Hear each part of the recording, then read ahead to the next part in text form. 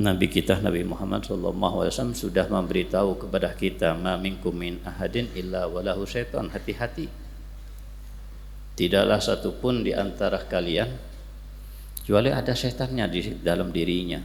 Wala anta ya Rasulullah, bahkan anda sendiri ya Rasulullah. Maka Rasul SAW juga menjawab, wala ana illa anallah subhanahu wa ta'ala a'anani alaih fa aslam, cuma Allah subhanahu wa ta'ala memberikan bantuan kepadaku. Fa aslam, di sini fa aslam ada dua makna. Fa aslamu ana, cuma aku dengan bantuan Allah subhanahu wa ta'ala aku selamat. Ada kedua, fa aslama, setonnya Nabi Muhammad masuk Islam. Fa aslama, aslama yuslimu, masuk Islam. Bisikan iblis bermacam-macam. Senjata iblis, perang butuh senjata iblis macam-macam. Ada senjata syahwat, ada senjata ghadab, marah, ada senjata iblis syiba, kenyang, ada senjata iblis ujub, ada senjata iblis nisa. Ini paling berat juga, ini termasuk senjata itu, senjata iblis itu wasilah bagaimana supaya manusia ini terjerumus ke dalam keburukan. Rabbil alamin, Allahumma salli wa sallim ala sayyidina Muhammadin wa ala alihi wa sahbihi ajma'in. Subhanaka la ilma lana illa ma 'allamtana innaka antal alimul hakim. Rabbi shrah li sadri wa yassir li amri wahlul 'uqdatam min lisani yafqahu qawli. Qala al-musannif Imam Sa'raini radhiyallahu ta'ala anhu wa nafa'ana bihi bi ulumi asrari fid dharain amin. Wa min ahlakihim radhiyallahu ta'ala anhum adamul haflah an muharabati iblis wa tajassus ala ma'rifa makaidihi wa masayidihi. Dan termasuk akhlak mereka, semoga mereka dan kita semua diridhai oleh Allah Subhanahu wa ta'ala. Mereka tidak lalai dalam memerangi iblis dan mencari tahu, menyelidiki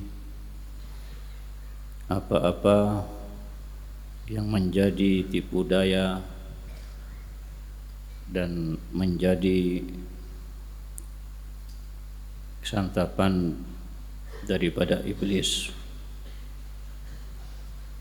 Wa hadzal khuluq qad aghfalahu al-yawm ghalibun nas. Fa inna iblis kama lam yaghful anna fa yanbaghi an la naghfal anhu. Ini adalah sifat yang banyak hari ini kebanyakan manusia lalai, karena sesungguhnya sebagaimana iblis tidak pernah lalai daripada kita, maka seharusnya juga untuk kita tidak pernah lalai daripada iblis. Fa innahu bil mirsad harisun ala wuqu'il abdi fi sakhatillahi ta'ala. Karena sesungguhnya ia iblis selalu mengintai dan rakus untuk menjerumuskan hamba di dalam sakhatillah, murka Allah Subhanahu wa ta'ala. Fil hadis, inna iblis yadha arsyahu fil bahr wa yursil sarayahu wa junudahu fa'adhamahum indahu manzilatan a'dhamahum fitnatan linnas. Sesungguhnya iblis itu meletakkan istananya di dalam laut dan mengirim pasukannya, tentara-tentaranya. Maka yang paling agung indahu di sisinya, di sisi iblis daripada pasukan-pasukannya, a'dhamuhum fitnatan linnas, yang paling besar membuat fitnah kepada manusia.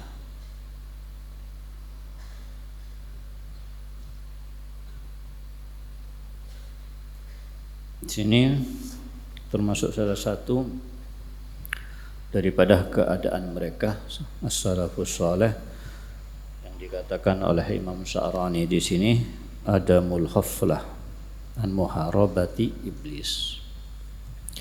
Tidak lalai untuk selalu memerangi daripada iblis dan pasukan-pasukannya, tentara-tentaranya, kroni-kroninya, sebagaimana Allah Subhanahu wa taala memiliki pasukan-pasukan daripada malaikat-malaikat Allah Subhanahu wa taala. Iblis pun juga punya pasukan, punya anak buah yang membantu dalam menjalankan visi dan misinya iblis. Yang mana visi dan misi iblis itu tidak lain menjerumuskan manusia ke dalam murka Allah, menjerumuskan manusia ke dalam neraka Allah, memperbanyak manusia untuk masuk ke dalam neraka. Karena iblis sangat-sangat dendam, sangat marah dan sangat murka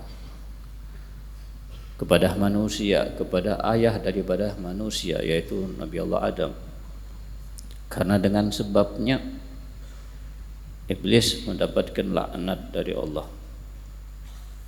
Karena dengan sebabnya iblis diusir dari surga Allah Subhanahu wa taala. Karena dengan sebabnya iblis akan dimasukkan dalam neraka Allah Subhanahu wa taala selama-lamanya. Ketika sudah dipastikan ketentuan Allah Subhanahu wa taala dengan ketentuan-ketentuan tadi itu, maka dendam iblis itu akan disalurkan kepada anak daripada Nabi Allah Adam. Anak-anak daripada Nabi Allah Adam, cucu-cucunya, manusia semuanya akan menjadi sasaran dendam iblis, sehingga iblis tidak akan pernah istirahat sedikit pun, enggak akan pernah santai sedikit pun, enggak akan pernah lelah, enggak akan pernah bosan untuk terus membujuk manusia. Dan setiap manusia dikirim satu pasukan dari pasukan setan-setan, dari pasukannya iblis, untuk selalu mengintai, sebagaimana disebutkan sini, mengintai, mencari kesempatan dan mencari peluang kapan di situ bisa menjerumuskan manusia ke dalam murka Allah Subhanahu wa taala. Dia akan melakukannya. Di mana ada kesempatan, di situ dia akan. Nabi kita sudah menjelaskan. Nabi kita Nabi Muhammad SAW sudah memberitahu kepada kita, ma minkum min ahadin illa walahu syaitan, hati-hati, tidaklah satupun di antara kalian kecuali ada setannya di dalam dirinya.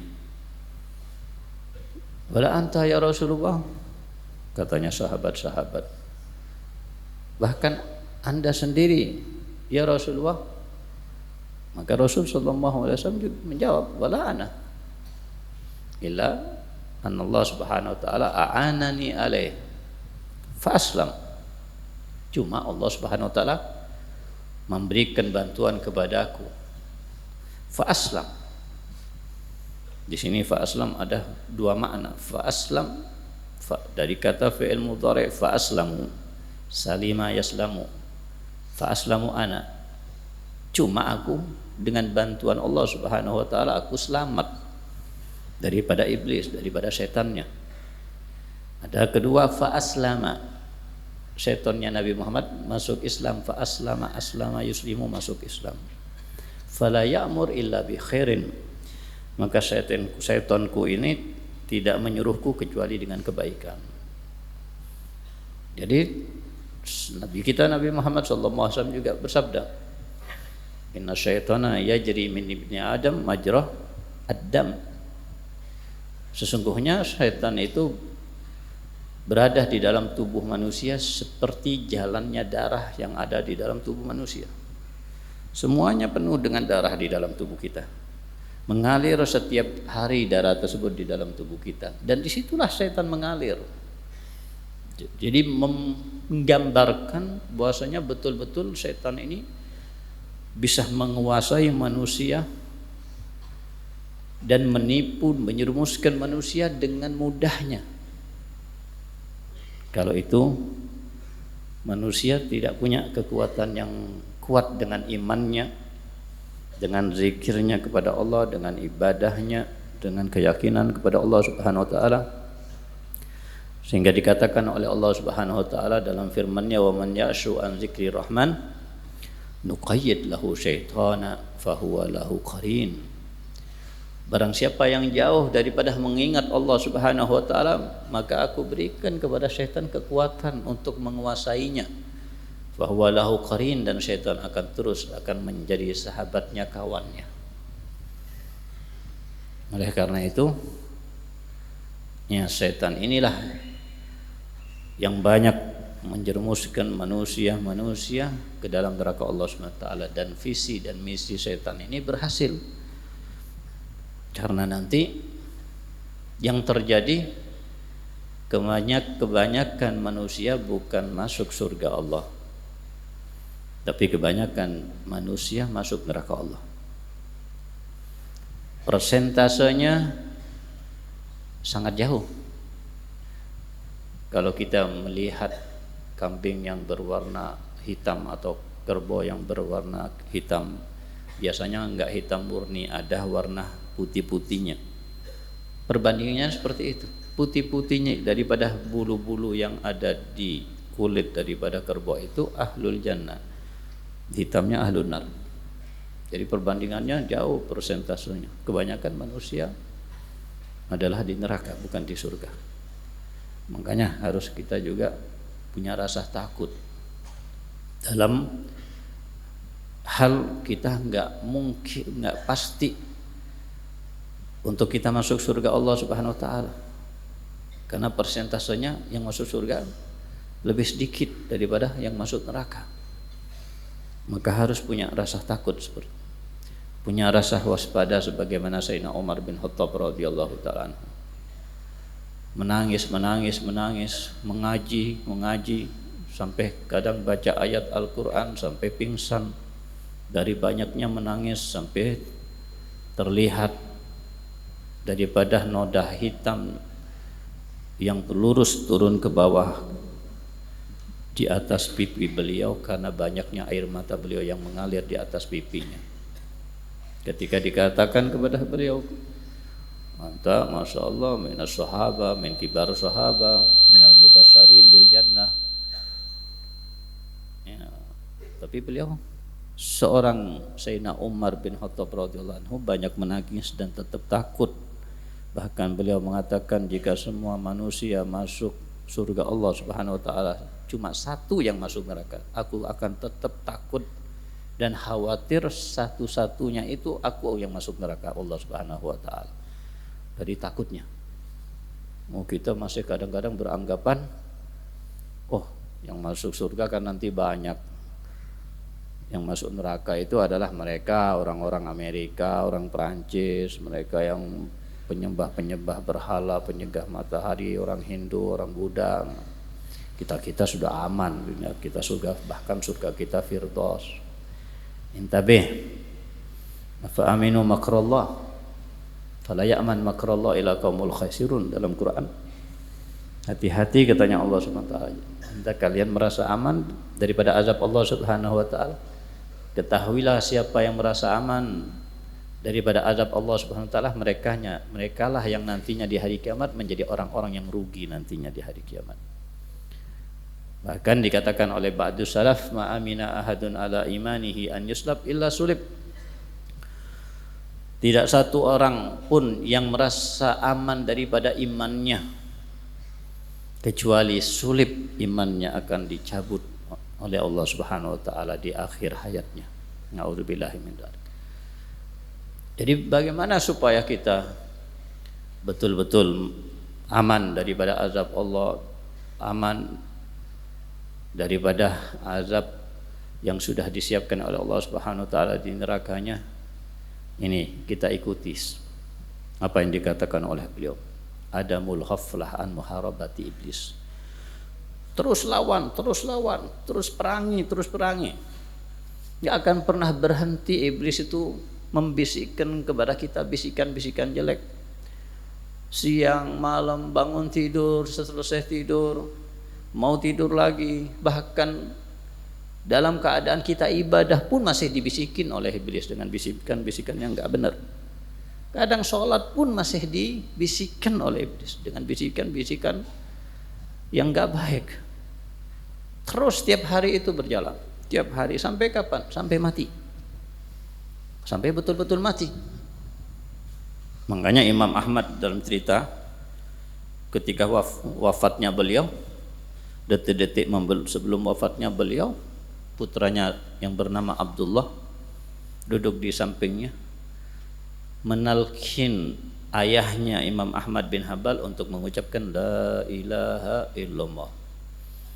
Tapi jawaban daripada Imam Ahmad, bibirnya keluar kata-kata la ba'd, tidak sekarang, tidak. Kaget, la ilaha illallah, la. Akhirnya ya ini kan tanda jelas yang enggak baik ini. Dikatakan la ilaha illallah, enggak sekarang. Akhirnya siuman dari pingsannya, dari menjadi sadar. Kemudian menjelaskan kepada putranya, wahai Abdullah, tadi aku ucapkan la bukan kepada Anda, tapi aku ucapkan la kepada iblis. Tadi datang kepada aku dan iblis mengatakan kepada aku, Anda sekarang akan mati dan akan meninggalkan alam dunia ini. Dan syukur dan alhamdulillah Anda selamat daripada fitnah-fitnahku, dan Anda menjalani kehidupan di dunia ini tanpa tergoda dengan fitnahku. Anda hebat, Masya Allah. Apa katanya Imam Ahmad bin Hanbal? La, itu jawabannya. La ba'd, tidak sekarang. Artinya apa? Ana masih belum selamat dari fitnah Anda. Sampai detik ini belum. Sampai kapan? Sampai benar-benar aku mati. Kenapa Imam Ahmad mengatakan seperti itu? Karena Imam Ahmad orang alim. Dan orang alim ini paham tentang tipu daya setan. Faham apa yang diinginkan setan. Faham apa yang dibisikkan oleh setan. Imam Ahmad mendengar apa yang disampaikan oleh iblis, faham tujuannya supaya Imam Ahmad bangga, supaya Imam Ahmad merasa hebat, supaya Imam Ahmad dengan apa yang disampaikan oleh iblis memastikan, wah berarti anak masuk surga ini. Maka dengan itu habis sia-sia semua amal ibadahnya Imam Ahmad sampai dari awal sampai mati dan meninggal dalam keadaan su'ul khotimah. Nah, itu yang diinginkan iblis. Tapi untungnya Imam Ahmad, kalau kita belum tentu. Wah, kita akan merasa bangga. Wah, selamat berarti. Wah, kita anak hebat. Yang lain banyak su'ul khotimah, anak hebat. Ternyata anak dapatnya betul-betul pengakuan kalau anak selamat. Nah, ini kita akan tertipu. Ini ujub namanya. Kita merasa hebat, merasa bangga. Itu ujub. Dan ujub menghabiskan amal ibadah daripada yang dia banggakan. Maka akan sia-sia. Nah, itulah yang dikhawatirkan oleh Nabi kita Nabi Muhammad SAW. Laula annakum tusnibun la khiftu alaikum ma huwa akbar ma huwa a'dham min dzalik. Al-ujub. Kalau bukan karena kalian berdosa kepada Allah, bermaksiat kepada Allah, maka aku khawatirkan yang lebih daripada itu, yaitu al-ujub dan ujub. Manusia kadang berbuat salah, manusia kadang maksiat, tapi dengan maksiat kadang-kadang merasa diri kita banyak salah sama Allah, berdosa, merasa hina, merasa kita orang yang rendah, yang lain lebih baik daripada kita. Masih ada hikmahnya. Tapi andai kata ada manusia yang enggak pernah maksiat sama sekali, dari awal sampai akhir sampai sekarang enggak ada maksiat sama sekali, terus istiqomah, terus ibadah, enggak pernah maksiat. yang dikhawatirkan oleh Nabi Muhammad SAW adalah penyakit ujub timbul saat itu, sehingga menjadi sia-sia semua amal ibadahnya. Nah, ini yang dikhawatirkan oleh Nabi SAW. Ini penyakit ujub dari mana munculnya? Dari bisikan setan. Yang membisikkan setan. Nah, itu hebat, ente begini, ente bisa. Terus waspada. Bahkan di saat kita mau tidur sekalipun, apakah selesai bisikan iblis? Enggak. Mau tidur sekalipun dibisikkan, ayo maksiat, ayo ingat ini, ayo buka ini, ayo, apalagi yang bawa HP, buka HP, lihat yang di dalamnya, ayo buka yang ente senang, ayo ente hibur. Akhirnya bisa jadi buka maksiat di HP-nya, dan bisa jadi dia tidur dalam keadaan HP masih terbuka dengan maksiat kepada Allah Subhanahu Wa Taala. Makanya dikatakan oleh Nabi Muhammad SAW, di saat manusia akan tidur, maka akan datang dengan segera saat itu dua makhluk Allah Subhanahu Wa Taala, yang satu baik, yang satu jelek, satu malaikat, satu setan. Yang malaikat mengatakan ikhtim bi khair, ya Allah, mudah-mudahan manusia ini sebelum tidurnya diberikan akhir daripada kehidupannya dalam sehari ini dengan husnul khotimah. Tapi setan mengatakan ikhtim bi syarr, semoga manusia ini ditutupi sehari-harinya dengan keburukan. Perang di situ. Nggak tahu siapa yang menang, berbeda masing-masing di antara kita. Ketika kita mau tidur ternyata kita ingat sama Allah. Kita baca Bismillahirrahmanirrahim 21 kali, kita baca ayat kursi, kita baca suratul Ikhlas, Muawwidhatain, dan meniup telapak tangan kita, kemudian mengusapnya di seluruh badan kita. Ya, kita baca Bismikallahumma ahya wa bismika, ya, kita baca Bismikallahumma ahya bismika amut. Maka kemudian terus berzikir kepada Allah dalam keadaan seperti itu. Dia tertidur, berarti malaikat doanya makbul, lebih kuat. Tapi naudzubillah, kita enggak ingat sama Allah, enggak ada doa, enggak ada ayat kursi, enggak ada bismillah, tidur pikirannya maksiat sampai tertidur maksiat. Doanya setan yang dikabulkan, lebih kuat setannya daripada malaikat-malaikatnya. Dan ini tipu daya iblis. Terus sampai kapan? Sampai kita mati enggak akan pernah untuk kita diserang dan diperangi oleh iblis. Maka Imam Hasan Basri ketika ada seorang mengatakan, ya fulan, ya syekh, apakah setan ini sama seperti manusia, butuh istirahat juga? Lo kana syaitan, lo lastaraha syaitan lastarahna. Kalau setan ada waktu untuk istirahat, kita bisa istirahat. Artinya apa? Kita nggak agak istirahat. Tetap setiap saat, setiap waktu, tetap harus terus waspada memerangi iblis. Dan iblis ternyata masih lebih kuat, lebih kita taati daripada Allah Subhanahu Wa Taala. Kita lebih ikut bisikan iblis, bisikan setan daripada bisikan malaikat. Bahkan tadi dikatakan kita lebih waspada. Bahkan di situ dikatakan iblis mengirimkan pasukan-pasukannya.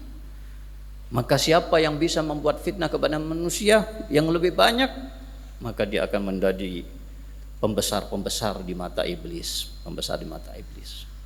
Nah, itulah mereka pasukan iblis semangat untuk mendapatkan ini kedudukan di mata Tuhan mereka, yaitu iblis. Makanya di Quran tidak salah Allah Subhanahu Wa Taala mengatakan dalam firman-Nya, walamma qudiyal amr qala syaitanu lamma qudiyal amr innallaha wa'adakum wa'adal haq wa wa'adtukum fa akhlaftukum. Sesungguhnya Allah Subhanahu Wa Taala ketika qudiyal amr, apa qudiyal amr? Sudah ditetapkan ketetapan Allah di hari kiamat. Yang masuk surga, masuk surga. Yang masuk neraka, masuk neraka. Dan siapapun di antara kita akan mendapatkan salah satu daripada ketentuan Allah. Tidak masuk surga berarti pasti masuk neraka. Kalau kita enggak di pasukannya Nabi Muhammad, berarti kita di pasukannya iblis, naudzubillah. Ketentuannya hanya dua. Ketika ditentukan ketentuan dan ditetapkan ketentuan tersebut, setan mengatakan kepada manusia, Innallaha wa'adakum wa'adal haq. Sesungguhnya Tuhan kalian Allah Subhanahu wa taala telah menjanjikan kepada kalian dengan janji yang hak. Ayo sholat masuk surga, ayo puasa masuk surga, ayo belajar masuk surga. Ayo lakukan amal ibadah ini, dapat pahala ini, dapat pahala ini, dapat pahala ini. Apa katanya Allah, katanya setan? Wa wa'atukum fa ahlaftukum. Allah SWT menjanjikan janji yang hak, tapi ente langgar, ente nggak percaya, kalian nggak ikutin. Tapi di saat wa'atukum, di saat ana menjanjikan kepada kalian, membisikkan kepada kalian dengan bisikan-bisikan, ente ikut ana. Fa akhlaftukum, maka janji yang ana janjikan kepada kalian ana langgar, nggak akan ana laksanakan janji ana. Tapi janji Allah yang hak, yang pasti Allah akan melaksanakan dan memberikan apa yang sudah dijanjikan, ente langgar. Padahal janjinya janji hak. Setan nanti akan ngomong seperti itu. Fa akhlaftukum wa ma kana li alaikum min sultan. Padahal sebenarnya katanya setan saat itu, sebenarnya ana ini nggak punya kekuatan untuk bisa menjerumuskan kalian semuanya. Nggak akan bisa ana membuat kalian sengsara di dunia dengan kekuatan iblis, kekuatan setan, nggak bisa. Iblis nggak punya kekuatan. Makanya Allah SWT mengatakan apa? Inna kaida syaitani kana dha'ifa. Dhaif katanya Allah. Bisanya cuma membisikkan. Nggak bisa menonjok kita, melukai kita, membuat kita mati. Nggak bisa. Cuma bisikan aja. Ayo, ayo, ayo gini. Tapi kita lemah. Dengan bisikan itu kita kalah. Dengan bisikan-bisikan nggak bisa lebih dari itu iblis. Cuma bisikan justru kita kalah sama itu. Fa akhlaftu maka kana li alaikum min sultan. Ya, maka kana li alaikum min sultan. Kemudian selanjutnya apa? Hah? Ila andautukum fastajabtum li. Kecuali ana ngajak ente berbuat maksiat, fastajabtum li. Kalian mengikuti ana. Kalian memenuhi bisikan ana. Kalian melakukan apa yang ana minta daripada kalian. Ayo lakukan ini, buka ini. Ayo lakukan apa yang ente senang. Sudah bebas nanti taubat sama Allah nanti, masih muda kalian ini. Udah jangan belajar, jangan ini. Wah, kadang. Apalagi di pondok pesantren ini. Yang paling banyak setan. Malaikatnya banyak, setannya banyak. Jadi malaikat Masya Allah penuh di pesantren.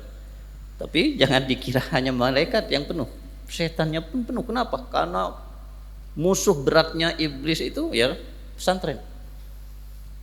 Musuh yang paling ya dianggap serius untuk melawannya, mengalahkannya ya santri-santri. Dianggap musuh yang serius sama iblis. Kenapa? Karena ini kalau berhasil santri ini jadi ulama. Kalau jadi ulama bisa ratusan ribu manusia dapat hidayat karenanya. Bisa banyak manusia selamat karena satu orang ini. Bayangkan sekian 10.000 di pesantren bisa dakwah di rumah masing-masing.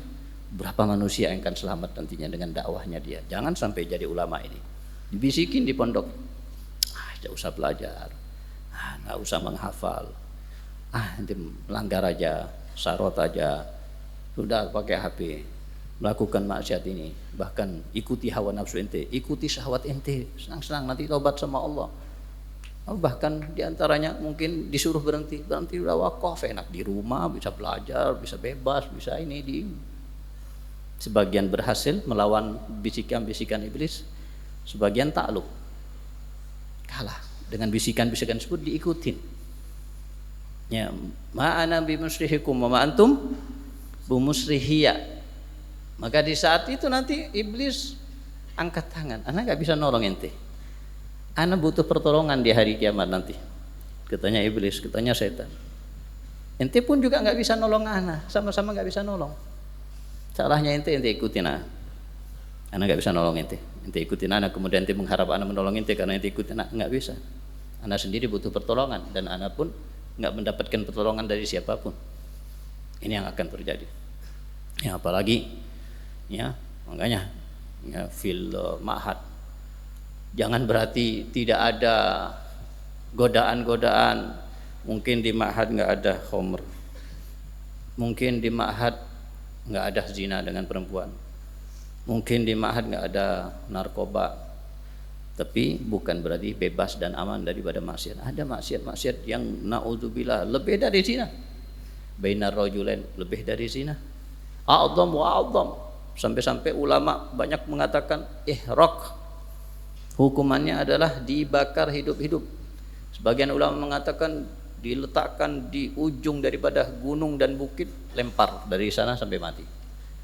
Sebagian lagi dilempar seperti zina bagi orang yang sudah pernah nikah, dilempar hidup-hidup sampai mati.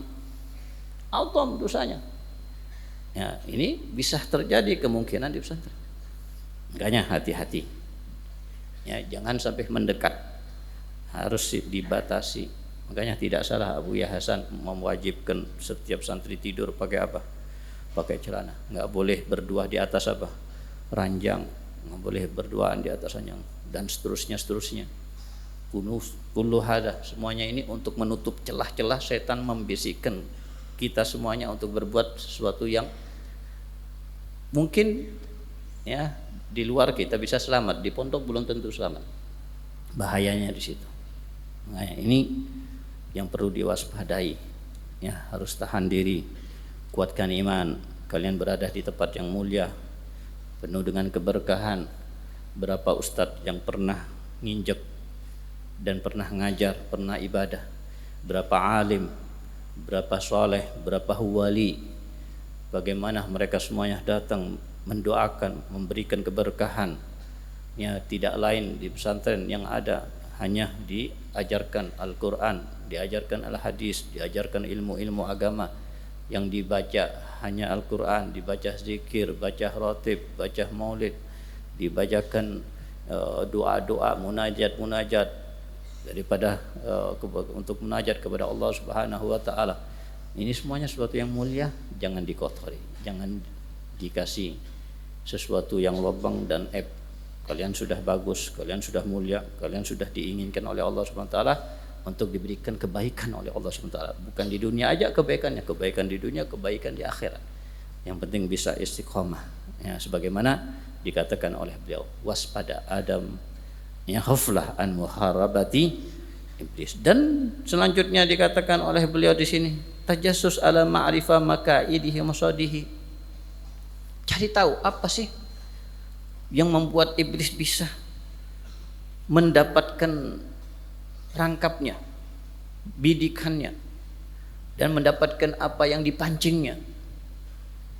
Oh, dari ini bisikan iblis bermacam-macam. Senjata iblis, perang butuh senjata iblis macam-macam. Ada senjata syahwat, ada senjata syahwat, ada senjata ghadab, marah, ada senjata iblis syiba, kenyang, ada senjata iblis ujub, ada senjata iblis nisa. Oh, ini paling berat juga, ini termasuk senjata iblis. Itu wasilah bagaimana supaya manusia ini terjerumus ke dalam keburukan, nggak selamat di akhirat. Ya, termasuk bisa jadi ya daripada senjata iblis kawan-kawan kita sendiri, saudara-saudara kita ini bisa jadi senjatanya iblis. Ada di antara kita yang istiqomah, sudah punya jadwal istiqomah belajar, mutola'ah, menghafal, mengulangi hafalan, mutola'ah bareng. Datang temannya, sekali-sekali ayo majelis sama ana, nggak usah mutola'ah terus, nanti kena nanti kena mata nanti. Sekali-sekali ayo sudah kita ngobrol. Ini iblis, ini senjatanya iblis.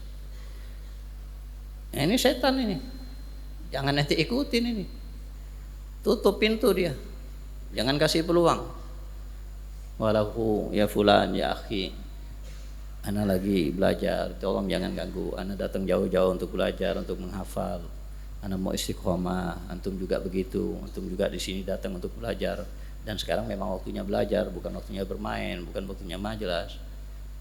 Wah sudah nggak usah, kan kita sudah tiap hari, nanti banyak ilmunya, nanti kebanyakan. Nah ini iblis. Kalau perlu tendang dia, sudah dikasih kalam yang baik nggak manfaat, kalam kasar nggak apa-apa, yang iblis kefil, udah nggak mau, nggak apa-apa. Ya awal bilin, tapi kalau mayan fa'lin, maafi muskilah fi siddatil kalam. Kasih kalam yang keras. Kalau enggak manfaat, kadang-kadang mayan fa. Kadang-kadang setannya justru dikeraskan, justru akan takut. Ketika ente ngasih kalam yang terus dibujuk. Nah, itu pasti ada itu di pondok itu. Dibujuk, ayo ikutan, ayo majelis, ayo ikut makan bareng, ayo ini. Nanti itu awalnya. Nanti kelamaan dipengaruhi untuk melanggar sampai gagal. Itu ujungnya aja, awalnya dari situ. Yang inti awalnya datang istiqomah, awalnya dirusak oleh teman inti. Dan itu setan berbentuk manusia. Bentuknya manusia aja, itu setan. Nah, itu waspada dengan setan-setan di sekitar ente itu. Ya, senjata-senjata setan. Makanya karena salaf, kalau ada di antara mereka yang maksiat, ada di antara mereka yang melanggar, mereka pukul. Dan mereka mengatakan, ana bukan mukul diri ente, ana mukul setannya itu yang ada di dalam diri ente. Itu setan. Nah, di sini pun juga demikian, dan melanggar pukul setannya. Bukan dipukul orangnya, supaya keluar setannya, supaya takluk, supaya enggak berani lagi untuk melakukan, membujuk manusia untuk bermaksiat dan bermaksiat. Nah, nanti mau sukses, ya waspada dengan setan-setan. Mau setan berbentuk setan, mau berbentuk manusia, atau hanya bisikan-bisikan aja di dalam diri kita. Jangan ikuti, waspada. Wa khalifin nafsah wa syaitana wa asihima wa inhuma mahadzakan nusha fattahimi. Sudah diwanti-wanti oleh Syahibul khalifin nafs wa khalifis syaitan. Langgar bisikan-bisikan itu, langgar hawa nafsu itu. Inna nafsa la ammaratun bisu, nafsu itu hanya bisanya memerintahkan kepada keburukan-keburukan. Andai kata setan nafsu memerintahkan kita kebaikan, fattahimi, curigailah. Nggak benar itu, nggak ada setan memerintahkan kebaikan. Pasti di balik itu ada rancangan, ada rencana yang sudah disiapkan oleh setan untuk menjerumuskan selanjutnya ke dalam keburukan. Nggak ada setan menginginkan manusia itu dalam kebaikan. Semuanya diinginkan masuk neraka Allah, semuanya. Ya, tapi ya kita bisa waspadai.